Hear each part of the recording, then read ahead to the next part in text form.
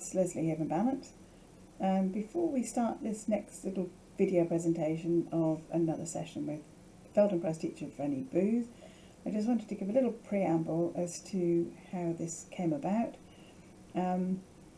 This topic that we're covering today, which is looking at how riders accommodate the width of a saddle that is wide enough to avoid interference with the horse. Because sometimes people struggle a little bit, particularly if they're used to saddles that are narrow. We've created an artificially narrow base of support, and that's what they're used to.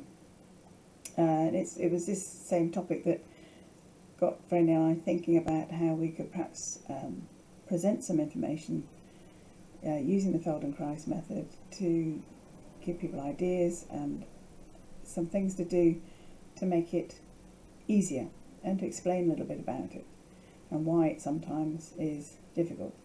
So that's what you'll see in the next video that we present.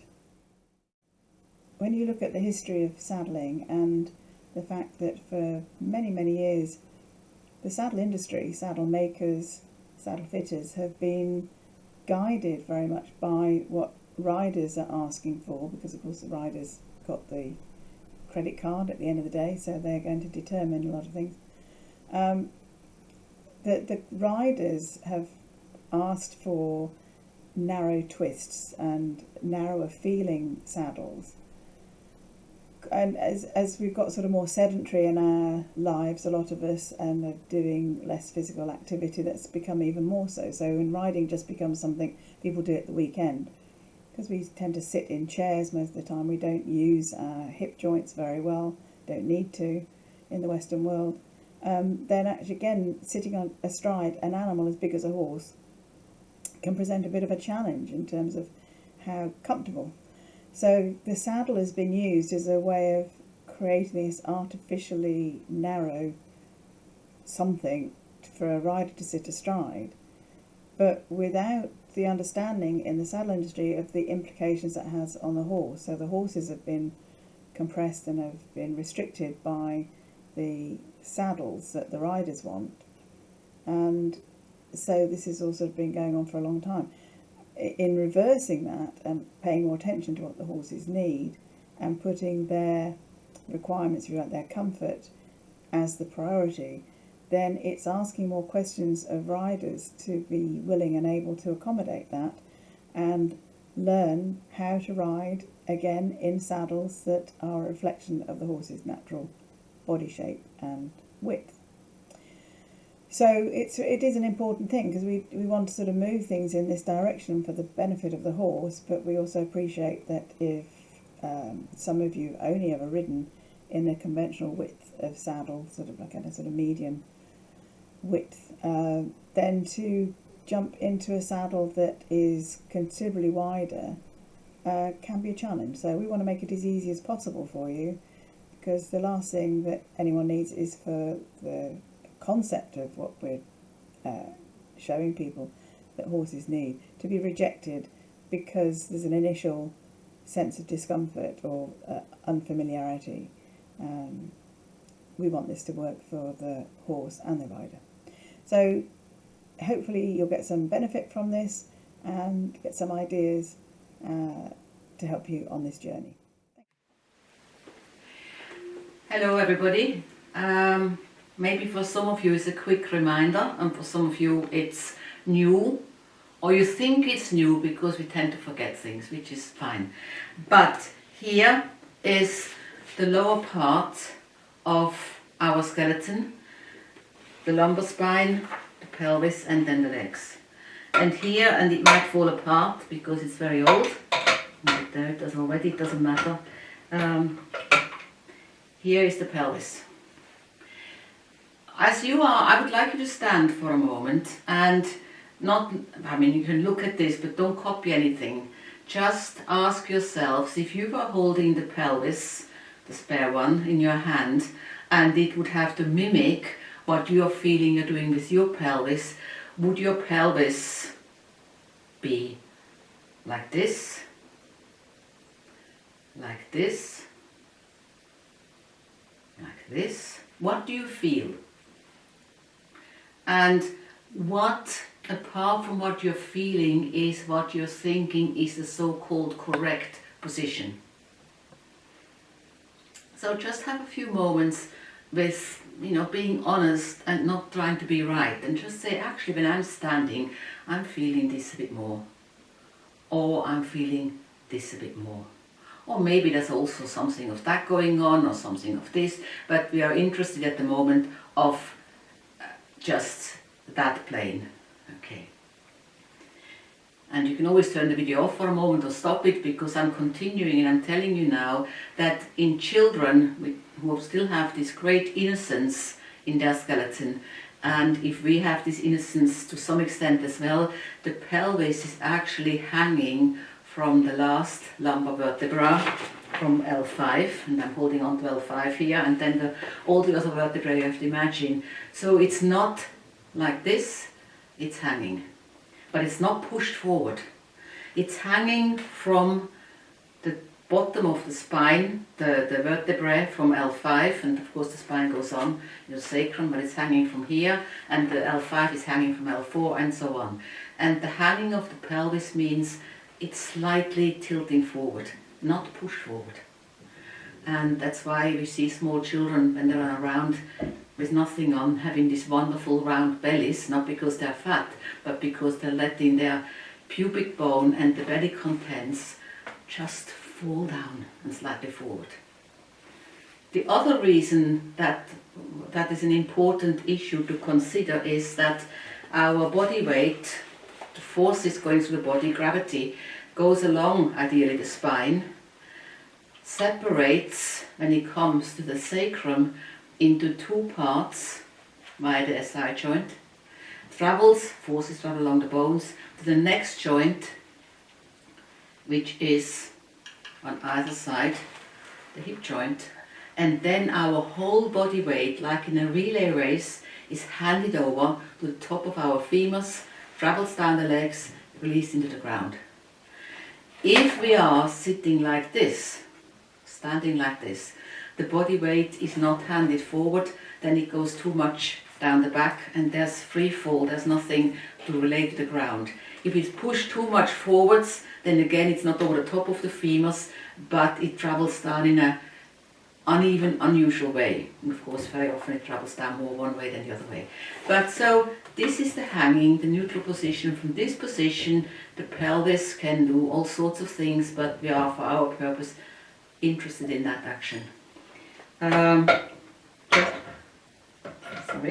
Just to look at this picture, which of course is static. The thigh comes up, and here the greater trochanter, which is this knobbly bit beyond the pelvis, below the pelvis. If you turn your leg, you can feel it. It's like a ball sticking to the side, and some people say that's my hip joint. This then has a turn, that's the neck of the femur that old ladies break. And people say she's broken her hip. There's no bone called hip, so you can't break it. It's neck of the femur. And then the top of the femur sits again wonderfully in this socket. Now, this question in riding and in a more traditional vision is, especially for dressage, that riding with one's legs as long as possible is the favored position. Elegant long legs, and you can see I have never got that anyway, so I could never be a dressage rider, is the dream and the must for dressage riders, and the saddles have been built to accommodate that, which means that they are quite narrow. Because, and I'm trying to demonstrate that now, the wider the seating you are on, the less possible it is for your legs to have a soft bend. The narrower the seat is, you can let your legs drop either side. So, prop you up somehow. I'm sitting on this lowly chair, and first of all I'm putting on Leslie's command, putting my loose jumper up a bit. So actually I tuck it in, so you can see a bit better what's going on. Not very elegant, but there we are. It's not my middle name. And I'm having this stool, which already for me, having short legs, is, you know, not something I would normally sit on. And I'm climbing on this stool that has a width, again, for me, or for anybody, that is a bit more than a normal width for standing. And now, I'm showing you sideways as well, maybe afterwards, I'm letting my legs dangle. And because I have short legs, they dangle, but imagine that actually I'm having my feet in stirrups. They are pulled forwards by their own weight, which makes my pelvis, instead of being like this, makes my pelvis go like this. So as my pelvis is going more like this, for me not to fall forward, my spine, my lumbar spine is arching inwards. That in the long run wouldn't be that comfortable. And as now I'm sitting on a horse, I'm beginning to respond to the horse's movement. I can respond very well to that action, because I'm already in that position. When I'm invited to respond to the opposite action, I can't do it. So this is easy, this is limited. Now I'm taking my feet, and thank goodness there's a bit of a help here, I'm putting them higher up. The sensation for me now is the pelvis is not in that position anymore, it's in a more neutral position. And if I'm doing the rolling again, this direction, that direction, I can go in either direction. I'm sitting with my knees more bent, more flexion in the hip joint, more neutral position, my pelvis is more neutral, and again from here I can do this, and I can do that, and I can do this, and I can do that. And when I'm resting, that's what it looks like. Now I'm letting my legs drop again, and this is a slightly wider position with my legs than I would have normally, so it's already a slightly wide saddle. But now notice what happens. My pelvis is being pulled forwards, my back is arching, and I can roll like this. It takes quite an effort, and then I want to go more and more and more like this, because this is where my legs in this position have pulled my pelvis and therefore my lumbar spine. When I'm putting my legs here, you could see that already. I didn't do that deliberately. I have my hand here, as you probably can see. If I do this, that happens. If I do this, that happens. So the balance saddles being wider than the normal saddles will make it impossible, or at least uncomfortable, to have your legs long, and push you more and more in that position, which is of course the position that one is used to seeing in dressage. But how many riders have lower back problems? When your legs are bent more on a wider position, and that's been invited by the balance saddles, then you have the freedom of the pelvis to move. Yes, as we were talking about before we started, Brenda, then when you put somebody, a novice rider or a child, on at the back of a horse without giving them any instruction, and particularly, and if the horse has no saddle, so the rider's feeling the full width, because it's a large animal, a horse, isn't it? Or it should be. So when they actually sit naturally or try and find a sort of comfortable position on something as wide as a horse, they will automatically sit with there's quite a lot of bend in the hip and the knee joint, so that the body accommodates that. They don't try to sit with their legs down, pushed down long, do they? Because you immediately feel the strain of that. Yeah.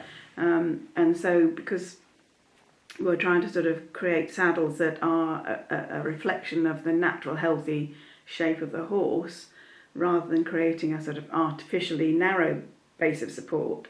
That's why, when you're riding in a saddle like this, you have to be able to accommodate, and that means keeping more, usually stirrups a bit shorter, more bend everywhere in the knees and the hips to support that. And then you're much more effective as a rider trying to accommodate a particular position because you think that's what you're supposed to do is what makes people quite ineffective and unbalanced. So it's all important.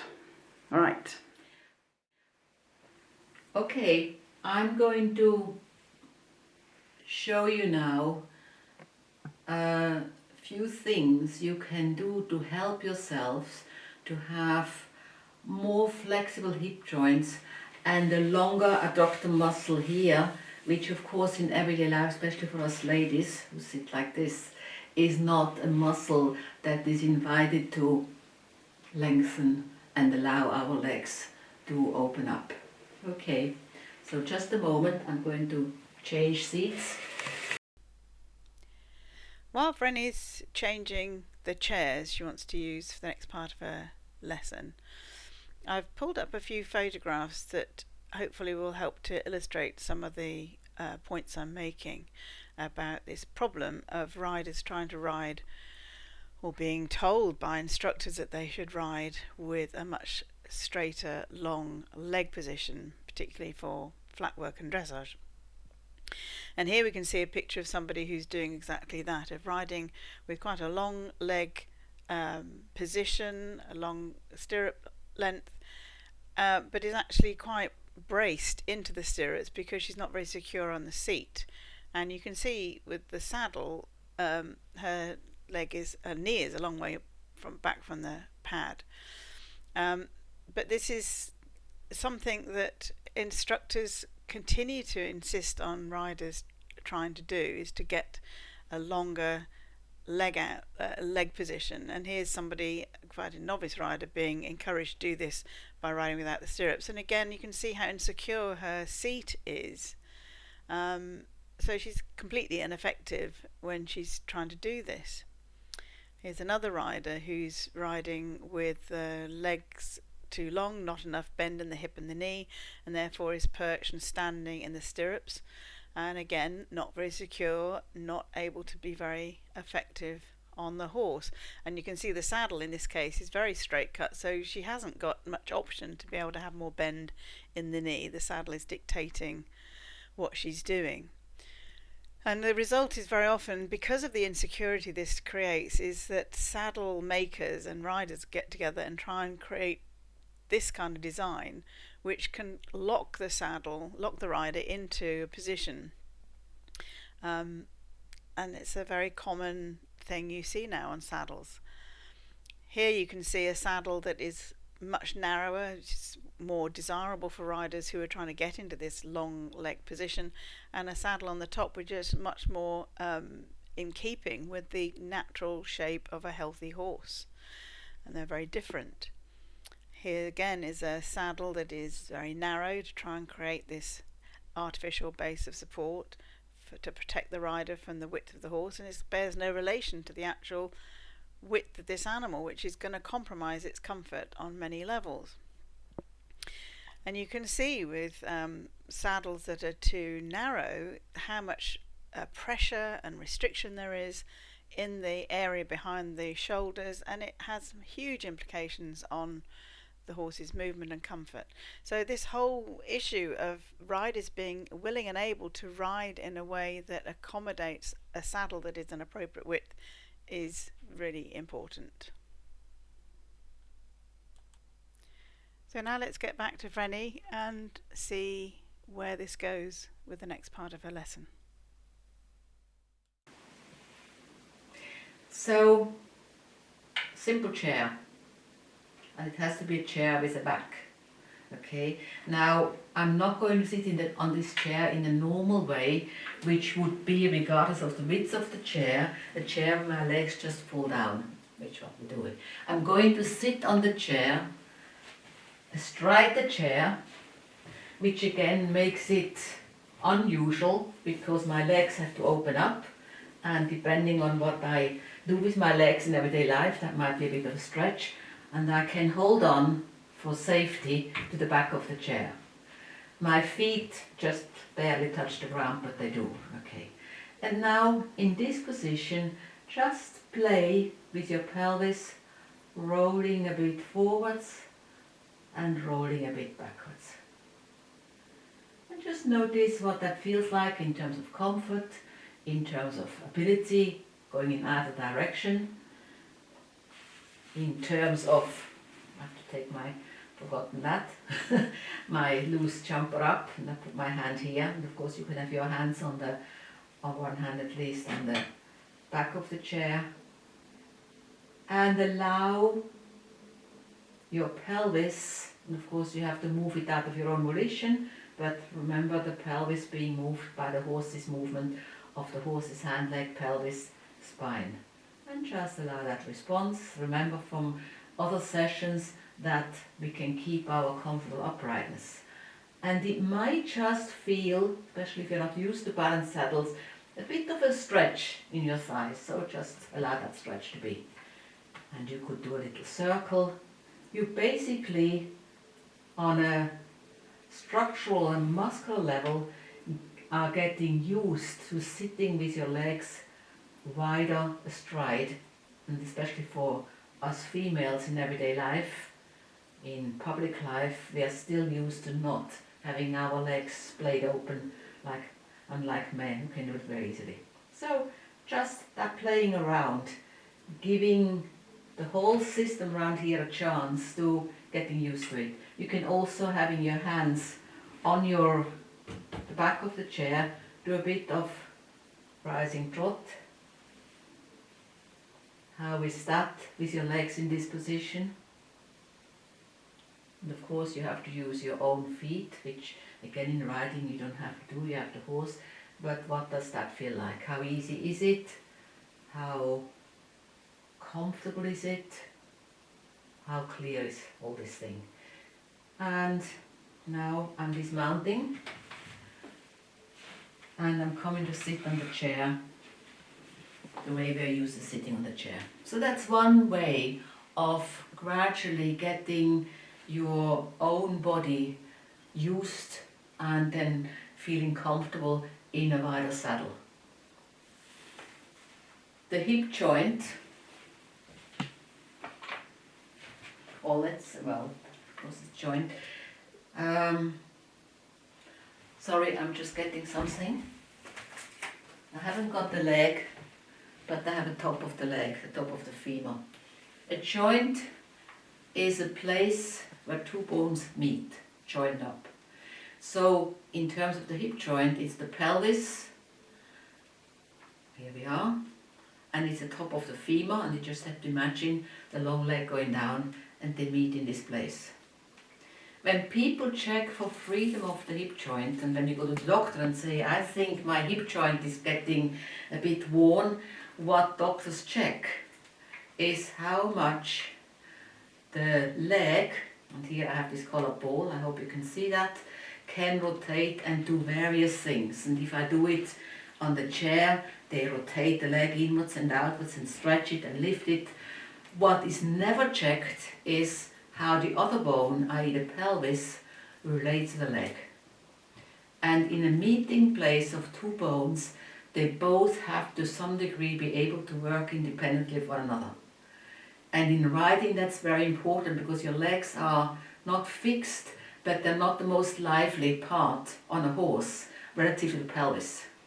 So how can you become clearer of how the pelvis moves around a leg rather than always that action? So, go down pelvis and leg. And how can you increase the wonderful foldability, which of course if you did jumping you would need on horseback. So I'd like you to sit on the chair and have your hands on your thighs and allow your hands to start stroking down your legs. You may be able to touch the floor, or you may not want to go that far to begin with. And then you come back up. And now I'm going to just sit sideways. And what is, again my silly jumper, should put the t-shirt on. What is important that as you're actually going down, and I put one hand here now, the other hand there, is that you're folding in the hip joint. That means the whole pelvis moves. What often happens when I work with people with back pain, they do this. And the pelvis stays stagnant. That part of the spine, the sacrum plus tailbone, is not involved. And then they go like this, they come up like this, and these poor back muscles have to work like mad. So make sure that as you're going down, you're allowing the whole pelvis to roll. Practice the movement of the socket of the pelvis around each leg. And when you come back up, rather than lifting here, roll the pelvis back. This is making use of the ability of the hip joints and allows this part of the spine, which overworks normally, to actually be quite innocent. So, I'm sitting to the front again, and every time you get out of the chair, of course you don't have to stroke your legs, but like same is the image now, it is a folding in the hip joint, the rolling of the pelvis, till your weight is over your feet, and then all you do is straighten your legs. And when you, excuse my terribly inelegant action here, when you return, you fold here, jumping position, the pelvis can move back, you're folding, you're folding, you're folding, and because that is a lever, the knee goes forward till there's a chair, and then you can come upright. So getting in and out of chairs, which I don't know how many times you do a day, is a wonderful way to become aware of this wonderful action of the pelvis, twice wonderful, rolling relative to the top of the femur. Now we can take it a bit further to make it a bit fun. And since you are by yourselves at home, please look after yourselves. I'm not telling you you have got to do that, otherwise you, I don't know, Leslie will struck you off the list. It is ideas. So what I'm going to do next is I'm doing the same thing. I'm stroking my own legs. It's just a nice way of dealing with our body. You can also let your arms just hang till my fists or hands, I use my fists here, get on the floor.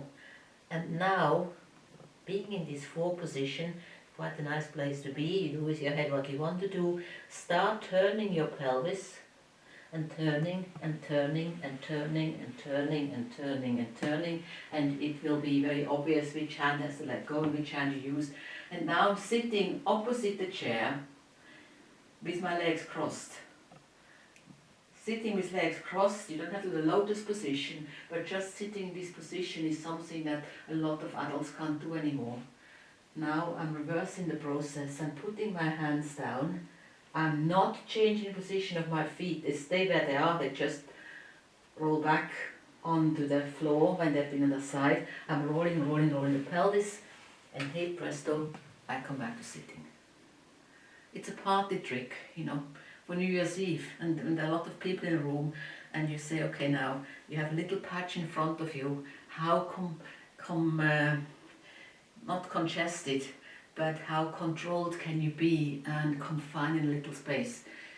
A wonderful outing for the hip joints. I just do it once more, and you can go to either side, doesn't matter. Putting my hands down, thinking of my pelvis, turn, turn, turn, turn, turn. It could turn the other way. Allow the legs to respond as necessary, and sitting cross-legged. And come back.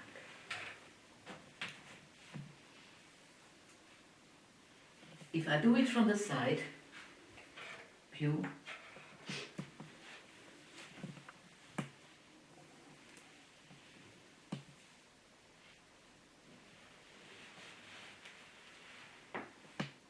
there I am, very concise. and it's all in the pelvis and its attributes, what hangs from it, and come back up. So a wonderful outing for the pelvis, relative to the legs that are not fixed but quiet. And I just would like you, when you've done that, to stand for a few moments and sort of, let what you have been doing percolate in your nervous system, in your sensory awareness. And then see what it's like to come back on the chair at easy folding. Okay, one last game to allow yourselves to really develop the potential of this place, the hip joint. And again, if something is not comfortable, you don't do it. That's all I can say. So I'm this time going to kneel in front of the chair. I do it like this, and then I'm doing it from the side. Okay? And I'm kneeling and I'm tucking my toes under, and I'm going to lift one leg sideways off the floor till maybe I can let that, in this case, left foot stand. Now the pelvis has to do something very specific. The pelvis had to get out of the way or play its own part in this action by going over towards my right heel. And there I'm sitting like this. And of course someone's toes might not be so comfortable. You don't have to go the whole way. But this trajectory of the pelvis relative to the leg again gives our nervous system and ourselves consciously an awareness of this amazingly important joint. So I'm sitting this way, coming back. I can do it this way, and I'm coming back again, and I have to remind myself the importance is that I'm not going this way. I keep my upright, because I do it this way, you can see the pelvis is driven back by the rounding of the spine and not by the opening in the hip joint. So my comfortable uprightness, not fixed but comfortable, compels my brain to actually organize the muscular pattern in this area differently from what it does in everyday life. Or you could hold on to the chair and say, okay, now how would it be if I opened both legs at the same time? And come back again. Feldenkrais calls this actual movement, and you do it without the chair, the Cossack dancer. And you can imagine, you go this way, you go that way, then you open both legs, and then you clap your hands, and you do the music with it, and so on. But I want you to just simply have the feeling of the interaction between the pelvis and the legs, and therefore the freedom in the hip joint. And then again come to standing for a few moments. Let that action speak to your brain and let your senses speak to you. And once more, I come and sit astride. Okay. And all I can tell you now, having done these movements, I can sit more easily. Also my feet are, before they were slightly up, the heels can come on the floor and I don't have to push them down, they just happen to be there. And again I'm rolling my pelvis, I play with it, I do a bit of rising trot,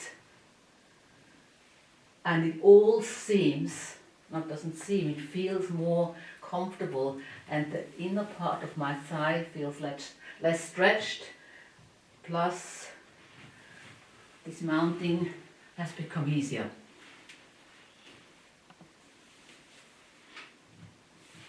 Okay.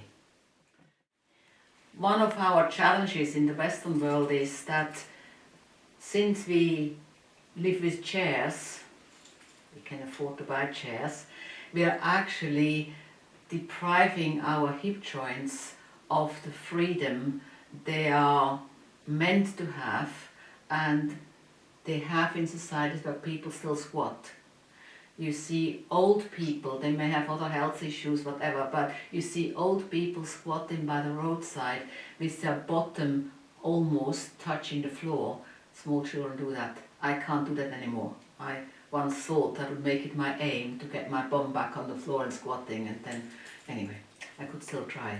So what happens is, as I'm, like we said earlier on, allowing the folding, should have thought of that, but never mind, the folding here in my groin, i.e.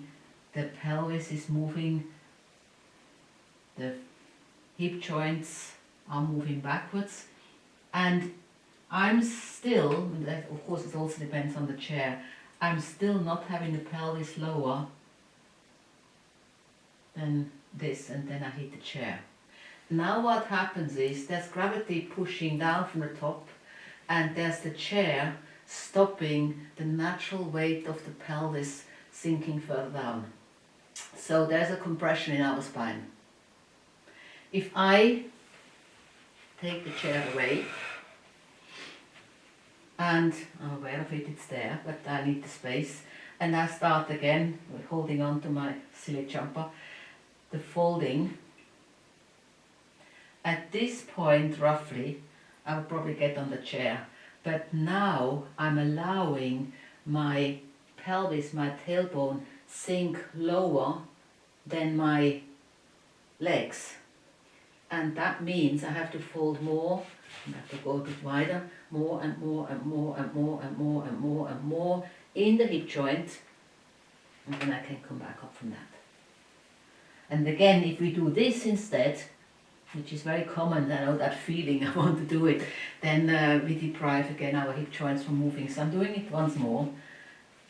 And you see, if you want to fold more, you can't do it with your legs straight. So that's another example. I had to take my legs wider, and I never get near the floor. I mean, one could practice and put a little something, a stool. In fact, let me just see. I might fail miserably. That's now ad hoc, so you can just laugh if I fail, which is most likely the case. I'm going down, and down, and down, and down, and down, and there is this thing, and down, and down, and down, and down, and please come. The last bit was a bit hard. But one thing you can practice is that you get the stool, see how low on the stool can you sit. You can see now my spine, tailbone, pelvis is lower than my knees. And my thighs are at this angle, which actually is incredibly comfortable. They're not being pulled forward. Now, can I get up from here? We'll see. So I would have to take my leg back. Not totally elegant, but there we are. And this is what our hip joints are meant to do. As compared to, look, that puny outing for the hip joints. So if you can find a chair at home that is a bit lower, I have this turning stool that I can turn lower, or you find a stool, something like that, or learn to sit on the bottom step of the stairs, or the second step of the stairs, and maybe you start on the third, and then the second, and the first, and the lower down you go, the more you have to bend your knees. So that in itself is quite a good practice. And make sure, maybe it's just my habit, but it's not, that you're not compensating or substituting this action for this action. And then presumably then what you were saying earlier, Rennie, about the pelvis hanging from the spine becomes much clearer, doesn't it, in that position? And, while I've got the video running, can you just do that, not even to go right down to the stool, but can you just do that so you're facing, so we can, because again it makes it so clear that in order for the pelvis to have that freedom, the legs have to open. They can't, if you try to do it with your knees closer together, then what happens? I can't go further. I mean, I can force it. Yeah. So I'm just doing it from the front once more. You can imagine the chair being behind me, I left it there. Or I can think of the pelvis, the tailbone going further and further. I could even put the hand forward, the pelvis going further and further and further and further back. Think of riding position. You have to give your horse, let it have its neck, so that the distance between your hands and your tailbone are increased. Now, one important little aspect is that you allow your feet not to lift in the front. I feel myself a little wriggle in my toes, and I say, no, to stay balanced, because otherwise I do this. So, again, allowing this to happen. Something that children do with such ease. And the pelvis is hanging. It's a bit like the weight on a plumb line. It's hanging. And the chair stops us from the pelvis hanging. The plumb line is compressed. Okay. Thank you. I hope you have some ideas.